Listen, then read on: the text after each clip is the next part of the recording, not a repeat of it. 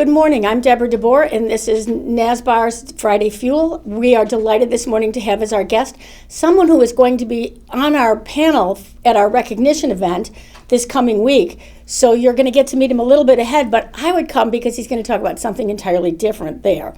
Anyway, Bryce Fuller, I am so delighted to have you today. Thanks, Deborah. We've met before, Bryce, but if you will tell me a little bit about you and your team and how that all works. Sure. So I have been in the business for 21 years. My family is in real estate. My father and mother owned a brokerage together, and so I was brought up in a real estate family. And I currently work with my mother and my wife on a very small team called the Fuller Force. So my first question to you is then, how is it working in a family business? It can be sometimes it can be challenging, but most of the times it actually works out because we all have each other's best interests at heart. There's never any issues about, whose deal is this or anything like that. We all support each other if we have to cover each other for inspections or we have to drop off furnace money or whatever it is. We can just count on each other. So it works out very nicely. Are you specialized or are you all generalists? In general, I am the team lead, Okay. and I do most of the listing presentations, and I tend to work with my own buyers. My mother kind of has her own business, and my wife, Lori, she does a lot of the support behind the scenes. Okay. So there is a little specialization Yes, with there that. is. It makes it easier. Yeah. One of the things that I read about that you were talking about is you were talking about accountability. And I've been thinking about the things that make successful real estate professionals. Mm-hmm. What makes them successful? One of the things, I think they have to be intrinsically likable. People have to like you when you meet you. There's something to that. But I know lots of people who are likable, but I wouldn't let them sell my house. Okay.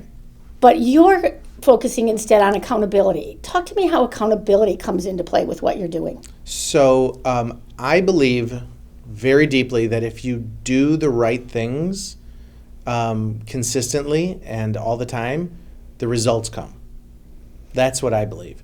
And so, for example, if we're talking about health, if you eat appropriately and if you drink water and if you exercise, you will lose weight. It's just kind of how it works. Mm-hmm. The same is true for real estate in the real estate business.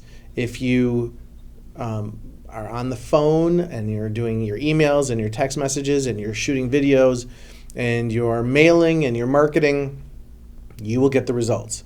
That goes even further when you do the right thing for your clients, and then you ask your clients for introductions to other people. Then you get the results. Even greater than before. One of my other interviews, I had two young men who work in a family business as well. And they were kind of shy about saying this, but they said sometimes we do the nice thing for our people, mm-hmm. and we don't make as much money. I knew they were thinking about their dad going to advertise that they were doing, but mm-hmm. I thought, you don't understand, that's a great thing that you're saying. Right. Yeah. And sometimes in order to help our clients out to achieve what it is that they're trying to achieve, sometimes we have to do the right thing and the nice thing. Mm-hmm. That is not necessarily in your financial best interest, but it is for the long term definitely in your best interest to do. I've been thinking about it. I think that that's true, and I do believe that those are the realtors that I want to sell my house or help me buy a house. Mm-hmm. I would have made a guess that I would have been more comfortable with that doing it 20 years ago than I am today. Do you notice a big difference in the way business was? Because you've been in business now 20 years. Mm-hmm. The way business was done 20 years ago versus how it's done today? Well, for sure, technology has made a huge difference. Although I still believe that even with the technology and social media and everything that has kind of like been developed over the last 20 years, yes. At the heart of the business, no matter what, is people. And whether it's connecting over text messages or social media, or you're connecting over the phone or in person, if you don't have that connection with your clients, it's kind of worthless. I know that there is a very big push today for like call centers and virtual assistants that are making outbound prospecting phone calls for you. There's a big push for these mass emails. The problem with that is that there's no interpersonal connection there. And so while it will be successful over a long period of time, I believe that the results are much smaller. So you might have to have a virtual assistant or like an inside call center making 200 phone calls in order to get an appointment, where I can make 5 and have an appointment, or 10 and have an appointment. Just because it's me making the call and making that connection with the individual, as opposed to somebody in a different country or a different state making that call that has no idea about your business, who you really are, or anything. We've been in the last few months talking again about, I've talked always about what your value proposition is, always. But I think in the last few months particularly, we've really been talking to agents in terms of when they're working with a buyer, particularly, what's your value proposition? It's surprising to me how many people have trouble articulating what that is. They said, well, I help them buy a house. Not really helpful when you're articulating a value proposition. Right. How do you explain your value proposition when you're talking with a buyer? Well, right now, the biggest challenge that buyers have is speed and access. Yes. And the nice thing for my clients is that I have 3 agents that are always available. And I tell my clients that while I may not be able to see that house as fast as you can see that house, you will always have somebody who will get you in immediately. So they can call or text or email or whatever, and we have one of 3 agents that will get them in ASAP. That is sometimes the most important thing when you're buying a house in this market, in this environment. I was representing some buyers recently, and the first showing was at an open house. And there was a line around the corner and down the street to get into this open house. And this is the reality of today's market. And if you don't get in the first 24 hours, you don't even have a shot. Are you finding your clients are different than they were, say, 5 years ago? If they're different, it's only because of the market. That's sort of what I think too. Yeah, people are nervous about buying a home. They're nervous about selling their home. They need somebody who cares about their feelings, who takes their best interests at heart. That has never changed. But the activities that we have to do in order to help our clients in this market are very different. One of my last interviews was with another young realtor, and he said, I warn my clients, and I have a feeling he works a lot with first-time home buyers. He said, I warn my clients ahead that you may have to write 4 offers before we get a house. Yeah. And I thought, it's sort of like they stole the joy out of buying your first house when I have to start by warning you, you're going to fail, and then maybe. And that, I think, is a big difference when you're working with clients. The clients are coming in with different expectations now. Or even after maybe the first 2, they're different clients than they were when they came in and said, oh, I want to buy a house. Yes. And now they've lost 2, and now they're like, you better find me. Right. You better find me a house. Actually, that's very interesting you say that. I had a conversation with my client yesterday who has I've been working with them for about 2 years now. And just through different scenarios, they haven't really been able to purchase the home that they're looking for. And the conversation I had with them yesterday was, this isn't fun anymore. Yes. And I tried to explain that if it's not fun anymore, it's because we aren't doing the right things in order to put you into a home. And so you may have to rip that Band-Aid off, and it's going to sting in the beginning, but then once you have moved forward and you've purchased the home, even if it stings you in the beginning, it's your home. You get to enjoy it. You get to live in it. And all the pain and agony that we've been going through for the past 2 years will be gone. Did they believe you? I don't know. I hope so. Well, that's an interesting. I think there are more of those kinds of conversations going on now than and Yes. I've been in real estate a long time too, than I can remember. The last time was when the whole market cratered and people were losing their houses. That's right. There's some emotional something that seems familiar to me from then. Right. That people were real estate was no longer joyful and fun. Right. It was hard and unhappy, and I kind of get a sense of that a little bit now. It is. It's a little bit. I mean, I think that the sellers are having a good time. Yes, the sellers are having a delightful time. But in the same breath, it's almost like I think that the reason that people are not having as much fun is because pricing these days is kind of arbitrary. It doesn't even much matter what the price is, because there are buyers out there who are willing to write their checks and make it happen. I'm seeing more cash deals right now than I think I have ever seen in my career. I think that's true for the last year. Yeah. That's what we've been seeing. And when you're cash, the appraisals don't mean anything. Right. Yeah.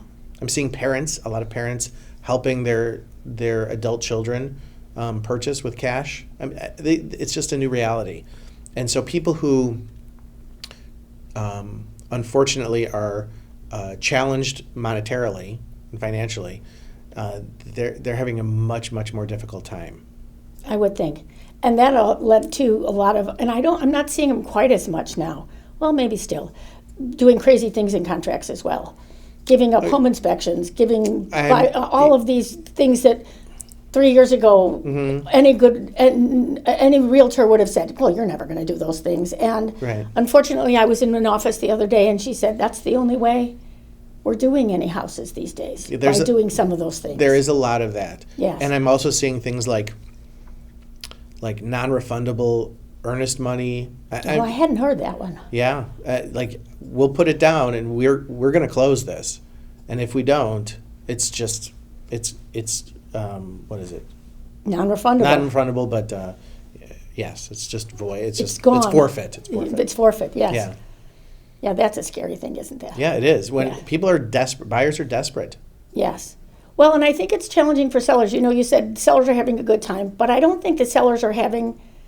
It sort of seems like you're having a good time, but I always use the phrase I've been using is golden handcuffs. My husband and I refinanced our house. Mm-hmm. We've been in the house about 8 years now. We're an 8-year couple. At 8 years, we want a new house. Mm-hmm. I said to my husband, don't you think maybe we should look at a new house? And he said, so tell me where we're going. Right. Tell me where we're going. Right. And he said, anything we buy, unless we move way out of state, anything we buy, we will get less than we have and pay more money for it. It's true. So I'm not sure that it's great for the sellers in some respects. Yeah. In some respects either. I agree. There are a couple of I'm working with a couple of different sellers right now that are going through transitions. I mean, and the truth of the matter is that people only sell real estate when they have to go through a transition. Mm-hmm. There's no reason. And I think there's like 7 reasons why that is, the 7 Ds, and right. I can come up with that. But right now, the ones that I'm seeing are people who are, doing a lot. There's a lot of estate sales right Mm-hmm. now. There's a lot of people who are going into like assisted living. Yes. And so that is, and then there's the divorces. But those are kind of like, you're right. I mean, it's kind of unhappy reasons to sell, but that is what the market is. That's because the rest of us are saying, "Oh wait, we'll wait. It's a nice house. Why would I give up my 3% mortgage? Right. To go into a 7? Right. And get less house, and I don't like it as much, and I have to start all over again with everything. Exactly. Yes, we're the reason that there's no houses for them. I am the reason. I'm an example of the reason why there's low inventory. Yes. And if people are waiting Great job. Thanks a lot, Debbie. Thank you so much. Appreciate it. I'm telling you. And if people are waiting for those 3% interest rates to come back, I think they have a long wait ahead of them. I don't think that it will ever go back to 3% in my career. In my career either. No. I think that we will probably get down to around 6% and maybe a high 5, but that's going to be where it's going to settle, I think. And I think too, and then it'll normalize, and people will just get used to it, and they'll go back to buying and selling houses. Right, and Clearly. then we're going to have the same type of market that we had in about like 2016, 17, where People marketed for a month or 2 months before. Yes. Oh, it was terrible. They had to wait 30 days, honestly. That's right. Yeah, that'll be a whole new learning thing That's that you right. have to teach sellers all over again. That's then. right. Tell me what you like best about your job. I love, my absolute favorite thing is a happy client. That is my favorite thing in the whole world. When people are thankful and grateful and they express it to me, that is worth so much more than a paycheck, because it just makes me feel warm inside. Okay. And here, Bryce, because we know each other only a very little, tell me something about you that I've got lots of interesting answers to this question. Tell me something about you that I don't know. About me? Mm-hmm.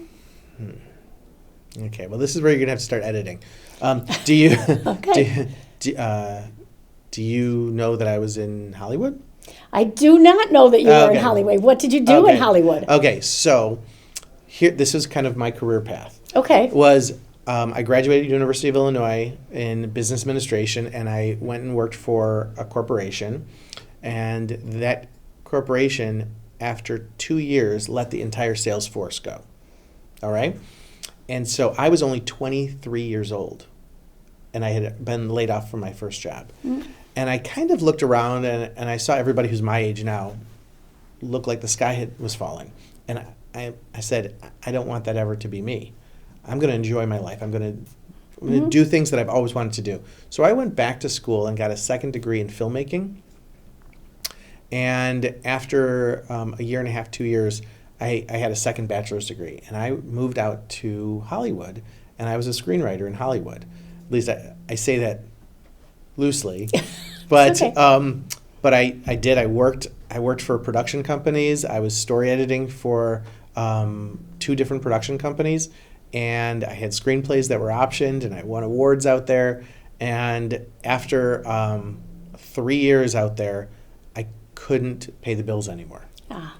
But yeah, I lived in Hollywood for 3 years and had a whole different life. A very different life. I'm always convinced. One of the other people told me that they did belly dancing. Yeah. And I mean, one of the other ones that I always remember, we did this as an exercise somewhere, and someone said to me, "What did you do? What's the most unusual thing about you?" And this woman who was managing one of the companies, this staid, proper woman said, "Well, when I was in college, you know those cages where the go-go dancers danced at the discotheque at the clubs? I was that girl." Oh, that's so funny. And everyone went, and I've never thought of her in the same way ever so again. Funny. I'm not going to think about you now. You're my Hollywood guy. That's right. I love that. Bryce, it's been lovely to spend the morning Thanks, with Deborah. you. Thank you so much for coming and spending the time. Yeah. I know you're going to have a great time at our recognition event. I'm looking forward to it, and thank you so much for this. You're welcome. Okay. Just a note, the views of our guests may not reflect the views of the North Shore-Barrington Association of Realtors.